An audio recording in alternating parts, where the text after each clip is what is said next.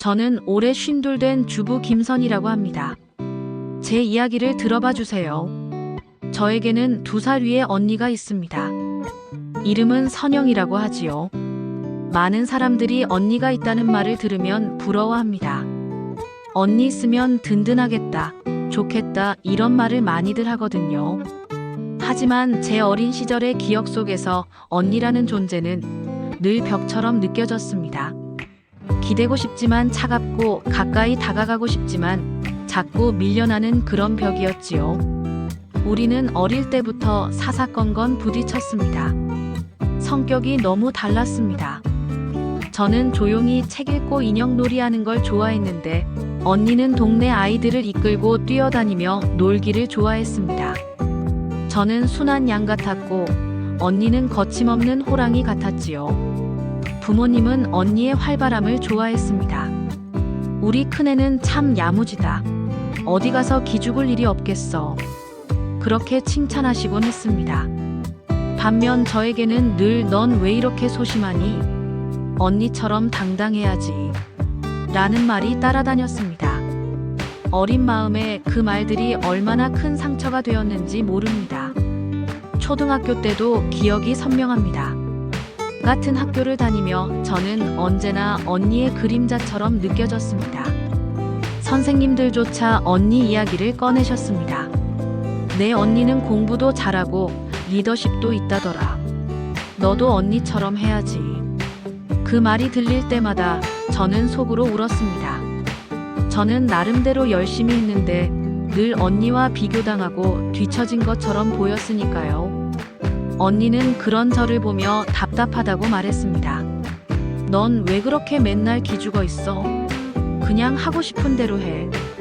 하지만 저로서는 하고 싶은 대로 하는 게 너무 어려운 일이었습니다. 결국 언니의 말은 잔소리로만 들렸습니다. 중학교에 들어가서도 우리는 가까워지지 못했습니다. 사춘기 시절이 되면서 갈등은 더 심해졌습니다. 저는 사소한 일에도 쉽게 울었고 언니는 그런 저를 이해하지 못했습니다. 또 울어? 넌 왜 그렇게 약하니? 언니가 그렇게 말하면 저는 속으로 다짐했습니다. 나는 절대 언니처럼 되지 않을 거야. 그런데 또 이상한 건 마음 한구석에서는 언니처럼 당당하고 싶다는 부러운 마음도 있었다는 겁니다. 미움과 동경이 뒤섞인 감정, 어린 나이에는 감당하기 어려운 마음이었습니다. 고등학교에 올라가면서는 서로의 길이 조금씩 달라졌습니다. 언니는 공부를 잘해서 서울에 있는 대학에 진학했고 저는 지방에서 전문대를 다니게 되었습니다. 그 순간부터 우리 사이의 거리는 물리적으로도 멀어졌습니다. 언니는 대학 생활을 하며 자유롭고 활발한 삶을 살았습니다. 친구도 많고 여행도 다니고 하고 싶은 공부도 마음껏 했습니다. 저는 집에서 학교와 아르바이트를 오가며 생활했습니다. 경제적으로 여유롭지 못했기에 부모님을 돕는다는 이유로 저는 일찍 자립을 택했습니다. 명절에나 언니가 집에 내려오면 어김없이 말다툼이 일어났습니다. 저는 결혼 준비로 정신이 없었고 언니는 넌 왜 그렇게 빨리 결혼을 해? 내 인생은 어디 있어? 하며 잔소리를 늘어놓았습니다. 그 말들이 제게는 마치 제가 잘못된 길을 가고 있다는 비난처럼 들렸습니다. 나는 내 인생대로 사는 거야. 언니처럼 혼자 사는 건 난 싫어. 저도 그렇게 받아쳤습니다. 서로의 삶을 인정하지 못한 채 끝없는 평행선이 이어졌습니다. 그리고 아버지 문제는 늘 우리의 가장 큰 갈등의 불씨였습니다. 아버지는 엄격하신 분이셨습니다. 특히 저에게는 늘 실망을 드린 딸이라는 느낌이 강했습니다. 너는 왜 내 언니처럼 못하니? 내 언니는 똑소리 나는데 넌 왜 그렇게 맥이 없냐? 그 말씀을 들을 때마다 제 가슴은 찢어지는 듯 했습니다. 아버지의 마음을 얻고 싶었지만 아무리 노력해도 언니와 비교당하는 건 피할 수 없었습니다. 반대로 언니는 아버지와 자주 대립했습니다. 당당하고 강단 있는 언니의 성격은 때로 아버지와 부딪히기도 했습니다. 그런데 이상하게도 그런 대립조차도 저보다는 언니에게 마음을 쓰시는 듯 보였습니다. 저는 늘 변두리에 서 있는 기분이었고 그 외로움은 언니에 대한 원망으로 바뀌었습니다. 세월은 흘러 저도 어느새 아이 둘을 키우는 엄마가 되었습니다. 평범한 주부의 삶이었지만 저는 그 삶을 소중히 여겼습니다. 언니는 여전히 자유롭고 늦게 시작한 작은 사업으로 바쁘게 살았습니다. 우리는 여전히 멀었습니다. 연락은 거의 없었고 가끔 어머니가 전해주는 소식이 전부였습니다. 내 언니가 요즘 가게 때문에 힘들대. 그런 얘기를 들어도 저는 무덤덤했습니다. 힘들면 본인이 알아서 하겠지. 그 정도로 우리는 서로에게 무심했습니다. 그러던 어느 날 아버지가 갑작스럽게 쓰러지셨습니다. 뇌졸중이었습니다. 병원에 실려가신 뒤 중환자실에 누워 계시는 모습을 보았을 때 제 심장은 얼어붙는 듯 했습니다. 그 순간 언니와 마주쳤습니다. 오랜만에 얼굴을 본 언니는 평소와 달리 너무나 지쳐 있었습니다. 항상 당당하고 큰 소리치던 언니였는데 그날은 달랐습니다. 병실 유리창 너머로 아버지를 바라보며 울고 있는 언니의 얼굴을 보니 낯설고 애잔했습니다. 그 순간 처음으로 깨달았습니다. 언니도 아버지 앞에서는 딸일 뿐이라는 걸요. 아무리 강해 보여도 언니도 아버지의 사랑을 갈망했던 게 아닐까. 그 생각이 들자 제 마음속에서 그동안 쌓여있던 미움이 한순간 흔들리기 시작했습니다. 아버지는 결국 오래 버티지 못하셨습니다. 병원에 계신 동안에도 언니와 저는 늘 어색했습니다. 언니는 의사와 간호사에게 이것저것 꼼꼼히 묻고 치료 방향을 따지며 아버지 곁을 지켰습니다. 저는 그런 언니 옆에서 그저 고개를 끄덕이며 따라갈 뿐이었습니다. 하지만 속으로는 괜히 기분이 상했습니다. 언니는 늘 앞에 서고 나는 늘 뒤에 서 있구나. 아버지를 향한 걱정과 슬픔 속에서도 언니에 대한 오래된 감정이 고개를 들었습니다. 그러다 어느 날 새벽 병원에서 연락이 왔습니다. 아버지가 위중하시다는 소식이었습니다. 언니와 저는 동시에 병원으로 달려갔습니다. 기계음이 B-하고 울리고 의료진이 분주히 움직이는 병실 안에서 저는 그저 멍하니 서 있을 뿐이었습니다. 언니는 아버지 하고 소리쳤지만 아버지는 끝내 우리 곁을 떠나셨습니다. 순간 세상이 멈춘 듯 했습니다. 아버지가 더는 눈을 뜨지 않는다는 사실이 믿기지 않았습니다. 제 옆에서 언니는 울음을 터뜨렸습니다. 평소 강하고 거침없던 언니가 무너져 내리듯 어깨를 들썩이며 우는 모습을 보니 마음이 덜컥했습니다. 그때 처음으로 언니가 작고 여린 존재로 보였습니다. 저는 울고 싶었지만 눈물이 나오지 않았습니다. 너무 충격이 커서 감정조차 따라오지 못한 듯 했습니다. 장례식 준비는 정신없이 흘러갔습니다. 언니는 장녀로서 상주 자리에 서서 친척들과 손님을 맞이했습니다. 저는 옆에서 조용히 빈소를 지켰습니다. 손님들이 돌아간 밤, 언니와 단둘이 앉아 국화를 정리하고 있을 때 언니가 낮은 목소리로 말했습니다. 선이야, 나 너무 힘들다. 순간 제 가슴이 뭉클했습니다. 언니가 저에게 약한 모습을 보인 건 처음이었습니다. 저는 뭐라 대답해야 할지 몰라 그냥 언니의 손등을 살짝 잡아주었습니다. 언니는 그 손을 뿌리치지 않았습니다. 오히려 더 꼭 잡아오더군요.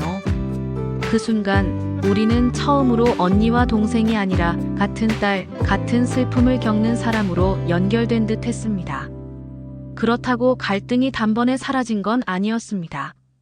장례식 내내 사소한 말로 다시 부딪히기도 했습니다. 예를 들어 조의금을 어떻게 정리할지, 친척들에게 어떤 식으로 인사를 드릴지 같은 문제였습니다. 저는 늘 언니가 주도하는 모습이 부담스러웠고 언니는 제가 소극적으로 있는 게 답답했던 겁니다. 하지만 이번에는 달랐습니다.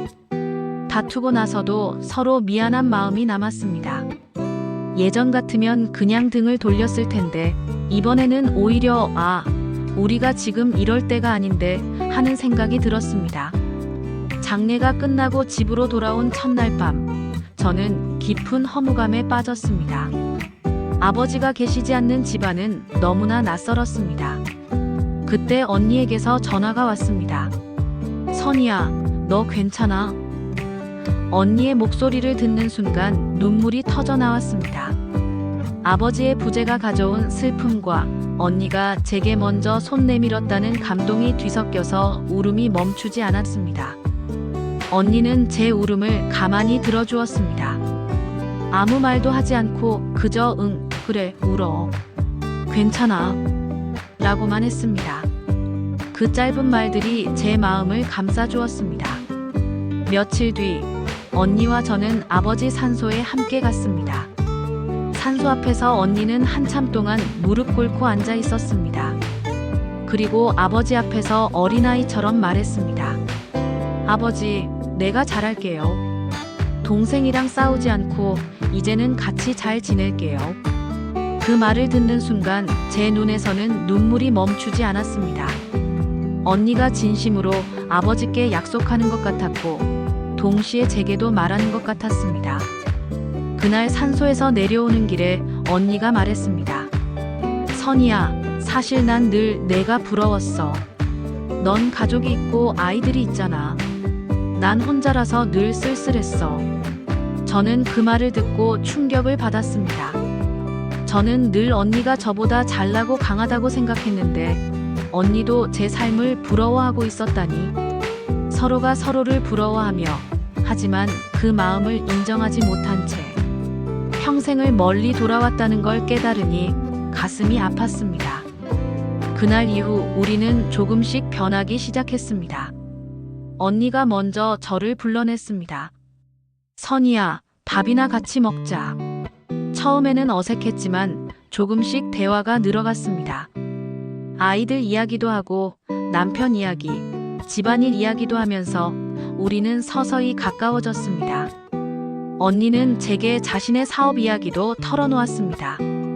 힘들 때는 힘들다고, 잘 될 때는 즐겁다고 말했습니다. 저는 그런 언니의 이야기를 들으며 처음으로 아, 언니도 나와 같은 사람이구나 하고 느꼈습니다.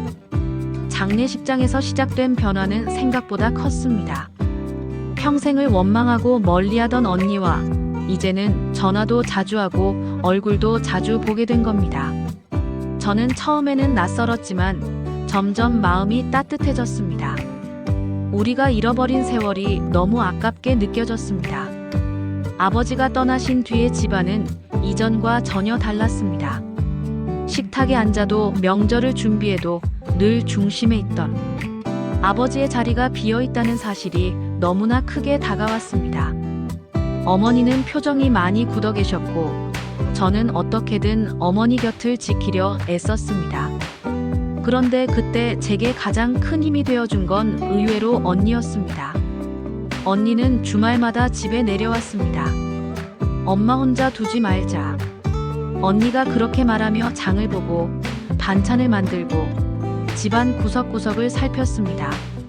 저는 그런 언니의 행동이 낯설면서도 고마웠습니다.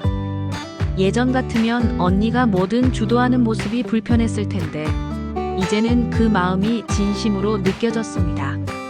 언니가 없었다면 저는 홀로 모든 걸 짊어지고 무너졌을지도 모릅니다. 어느 날은 언니와 제가 함께 부엌에서 음식을 만들고 있었습니다. 저는 김치를 다듬고 있었고 언니는 된장찌개를 끓이고 있었습니다. 평생 언니와 함께 부엌에 서서 이렇게 자연스럽게 요리한 적이 있었던가 싶었습니다. 그때 언니가 웃으며 말했습니다. 야, 우리도 이제 드라마 속 자매 같다. 어릴 땐 싸우기만 했는데. 저도 웃으며 대답했습니다. 그러게, 왜 이렇게 늦게야 같이 하게 된 걸까? 서로의 웃음 속에는 아쉬움과 따뜻함이 동시에 담겨 있었습니다. 아이들 역시 달라졌습니다. 제 딸과 아들은 이모를 더 가까이 느끼기 시작했습니다. 언니가 용돈도 주고 공부 이야기나 진로 상담도 해주면서 아이들에게 든든한 버팀목이 되어 주었습니다. 저는 그런 모습을 보며 마음이 뭉클했습니다. 내 아이들이 이런 사랑을 받게 되는구나. 언니가 나에게만큼은 서툴렀지만 아이들에게는 좋은 어른이 되어주는구나. 언니와의 관계가 회복되면서 제 삶도 달라졌습니다. 예전에는 남편과 아이들만 제 세계의 전부였지만 이제는 언니라는 든든한 사람이 제 곁에 있다는 사실이 큰 힘이 되었습니다. 힘든 일이 생기면 언니에게 전화를 걸 수 있다는 것, 슬픈 일이 있으면 언니에게 털어놓을 수 있다는 것, 그 모든 게 저를 지탱해 주었습니다.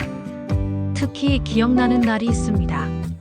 제가 작은 수술을 받게 된 날이었는데 언니가 서울에서 내려와 병원에 함께 있어 주었습니다.